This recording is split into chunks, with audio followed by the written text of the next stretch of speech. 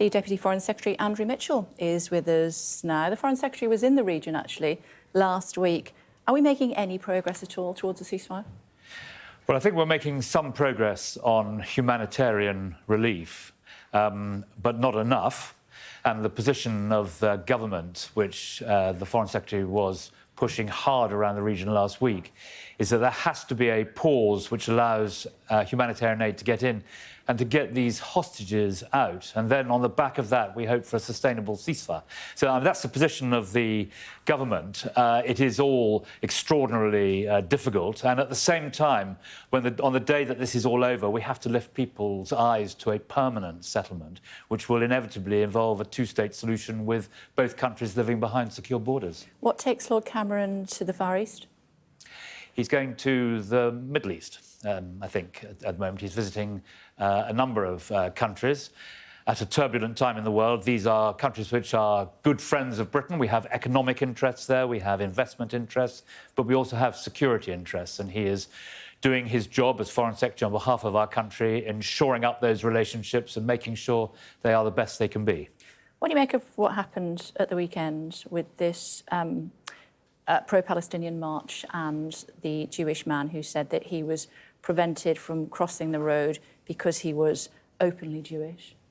I think it was an appalling episode, and the Home Secretary will undoubtedly hold Sir Mark, the Metropolitan Police Commissioner, to account for what happened. I think the police do an incredibly difficult job on these occasions, and so I am not criticising the Bobby on the beach who was policing the demonstration. But I think there are strategic issues about how we ensure that Jewish people of any faith at all, can go about their business in London and not be impeded in the way that he was, and not be stopped from walking through the streets of London because of the demonstrations that were taking place. That's a strategic issue, and it needs to be resolved by the police. What do you think the police officer's motive was? Well, I think the police officer was just trying to make sure that there wasn't an incident, there wasn't trouble. That's why I'm being very careful to say that we should... There was no malice on the police officer? No. I think that it's very important to recognise that the police are having to make extremely difficult decisions. But they need, I think, better leadership and better direction from the top so that this sort of issue doesn't happen. So what do you mean by that? Well, I think that there needs to be a clearer understanding by the Metropolitan Police Commissioner, by the senior officers who make decisions about the way in which these marches are policed, to ensure that this deeply regrettable incident is not repeated. Although the man who the government puts in charge when it comes to anti-Semitism and investigating that, Lord Mann, he's the government advisor, he has said that Sir Mark has his backing. I think that, no, as far as I'm aware, there isn't anyone in the government who is calling for Sir Mark to resign, and I'm certainly not here calling for that today. What we are calling for, all of us, is that the Commissioner should be held to account for what happened, and that we should all... Well, he should explain both what happened and why it happened and what changes need to be made to ensure that it doesn't happen again. That's what holding to account the Police Commissioner means, okay. And I'm sure the Home Secretary will do that. OK, so what, in your opinion, you're a very knowledgeable man, what will prevent this happening again next week and the week after and the week after that? I think the instructions that are given by the Commissioner of Police to those responsible for policing the demonstration. That's about where the demonstration goes, the size of the demonstration, and what is allowed on the demonstration. Those are police matters for the police to decide, but they must decide it in such a way that there's not a repetition of this very regrettable incident. Do you know when the Home Secretary is meeting Sir Mark Rowley? I understand he's meeting him shortly. Today? Well, I think this week, but I can't tell you precisely when, but I'm sure it will be imminent. I'm sure that when he does meet him, along with the policing minister, he will say that the police, the Metropolitan Police and other police around the country don't have the powers to shut down the pro-Palestine marches. Should they have? Should they have more powers to do that? Well, Parliament will always respond, the government will always respond to police requests for the relevant powers. But as far as I'm aware, that is not a request that has yet been made. Of course, were it to be made, the government would look at it. So you acknowledge that potentially they do have challenges, the Metropolitan Police. They say they can change the route, they can change the length of the route, but they can't ban a march. Well, I think it's regrettable to have to ban any march, so long as it's a march within the law.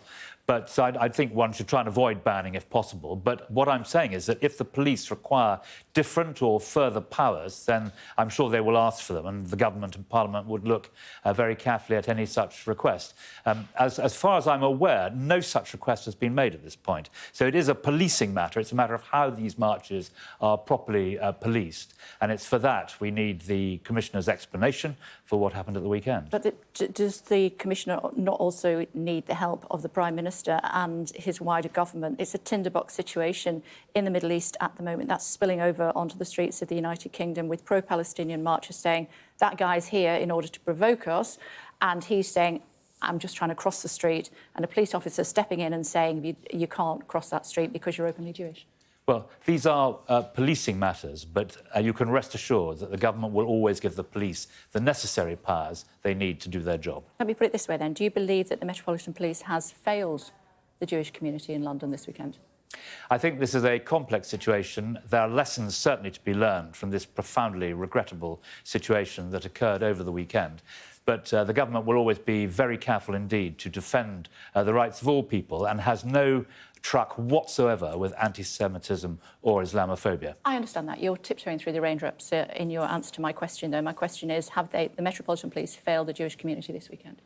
I think there are lessons to be learned from what happened at the weekend to ensure that the police fail no communities in London and go about their business in the way that they always must. Why is the MP for Fylde no longer a Conservative, but why is he still an MP? Why is that acceptable?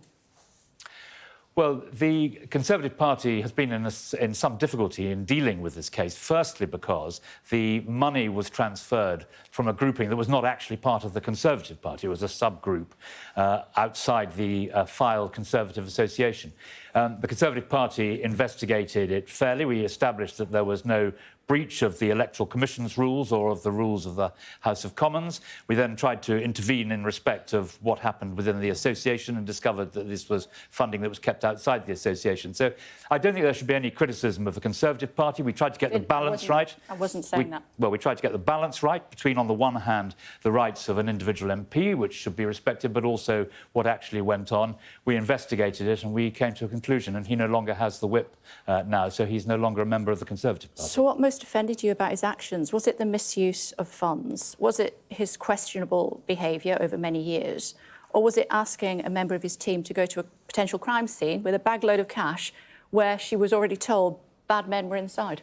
Well, I've been in Washington until yesterday, no. doing my job as the Minister for International Development, and I'm not fully. I'm afraid. I'm going to answer you. Go on, I'm not fully conversant with all the details. Well, you should. But what I am clear about is that the Conservative Party has properly investigated this matter.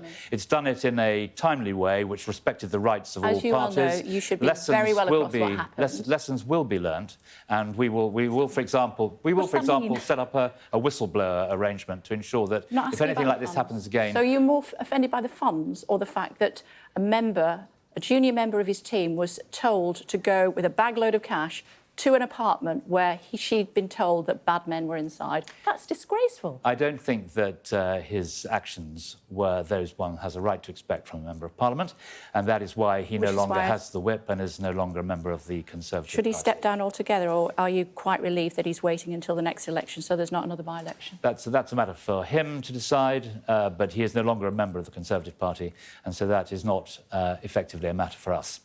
So you're very happy that the party has handled this in exactly the right way?